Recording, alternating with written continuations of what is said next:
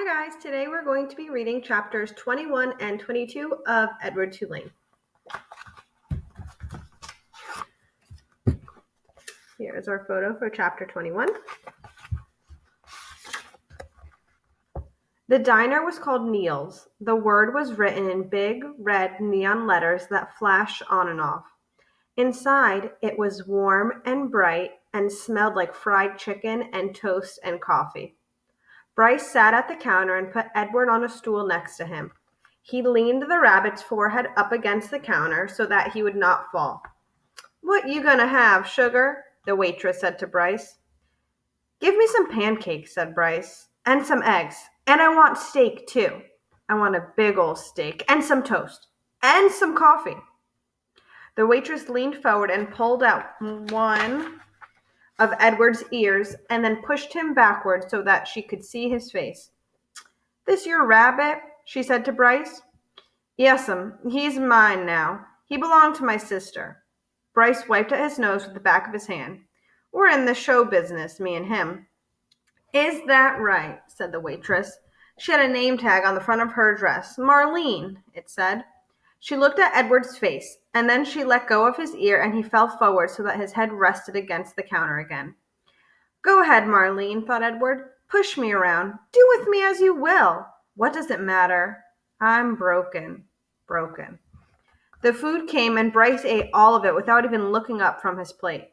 "Well, you was hungry for sure," said Marlene as she cleared away the plates. "I reckon show business is hard work." "Yes'm," said Bryce. Marlene tucked the check under the coffee cup. Bryce picked it up and looked at it, and then shook his head. "I ain't got enough," he said to Edward. "Ma'am," he said to Marlene when she came back and filled up his coffee cup, "I ain't got enough." "What, sugar?" "I ain't got enough money." She stopped pouring the coffee and looked at him. "You're going to have to talk to Neil about that." Neil, it turned out, was the owner and the cook. He was a large, red-haired, red-faced man who came out of the kitchen holding a spatula in one hand. "You came in here hungry, right?" he said to Bryce. "Yes, sir," said Bryce. He wiped his nose with the back of his hand. "And you ordered some food and I cooked it, and Marlene brought it to you, right?"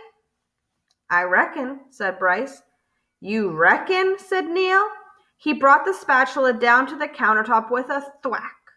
Bryce jumped. "Yes, sir. No, sir." "I cooked it for you," said Neil. "Yes, sir," said Bryce. He picked Edward up off the stool and held him close. Everyone in the diner had stopped eating. They were all staring at the boy and the rabbit and Neil, and Marlene looked away. "You ordered it. I cooked it. Marlene served it. You ate it. Now," said Neil, "I want my money." He tapped the spatula lightly on the counter. Bryce cleared his throat. "You ever seen a rabbit dance?" he said. "How's that?" said Neil. "You ever before in your life seen a rabbit dance?" Bryce sat Edward on the floor and started pulling the strings attached to his feet, making him do a slow shuffle. He put his harmonica in his mouth and played a sad song that went along with the dance. Somebody laughed. Bryce took the harmonica out of his mouth and said, "He could dance some more if you want him to. He could dance to pay off what I ate." Neil stared at Bryce, and then without warning, he reached down and grabbed a hold of Edward. "This is what I think of dancing rabbits," said Neil, and he swung Edward by the feet, swung him so that his head hit the edge of the counter hard. There was a loud crack. Bryce screamed, and the world, Edward's world, went black. Ooh. We have chapter 22. It was dusk, and Edward was walking down a sidewalk. He was walking on his own, putting one foot in front of the other without any assistance from anybody. He was wearing a fine suit made of red silk.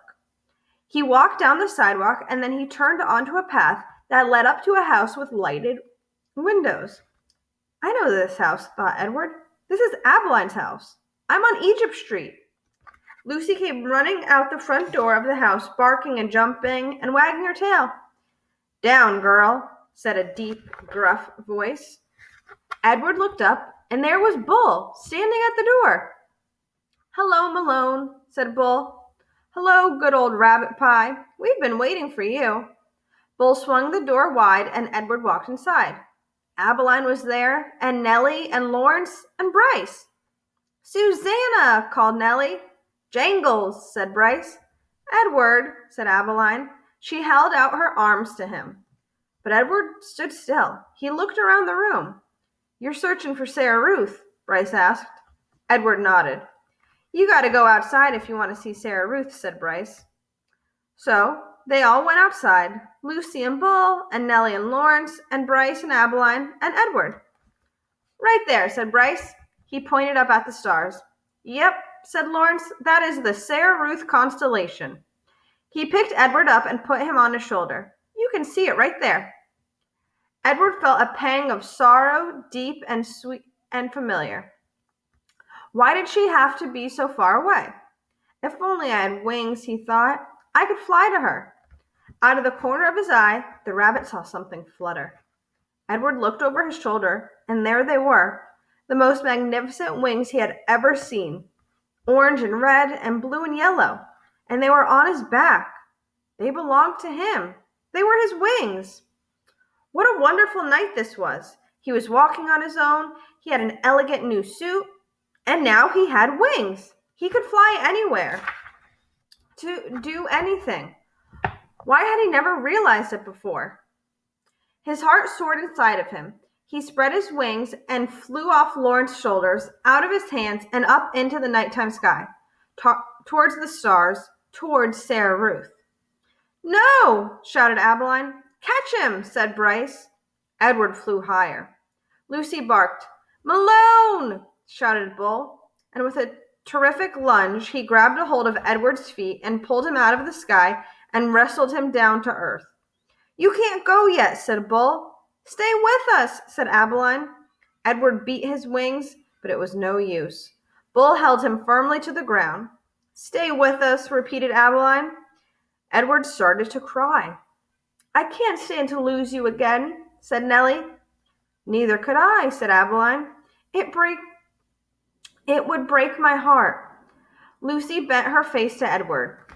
She licked his tears away. All right, thanks for watching.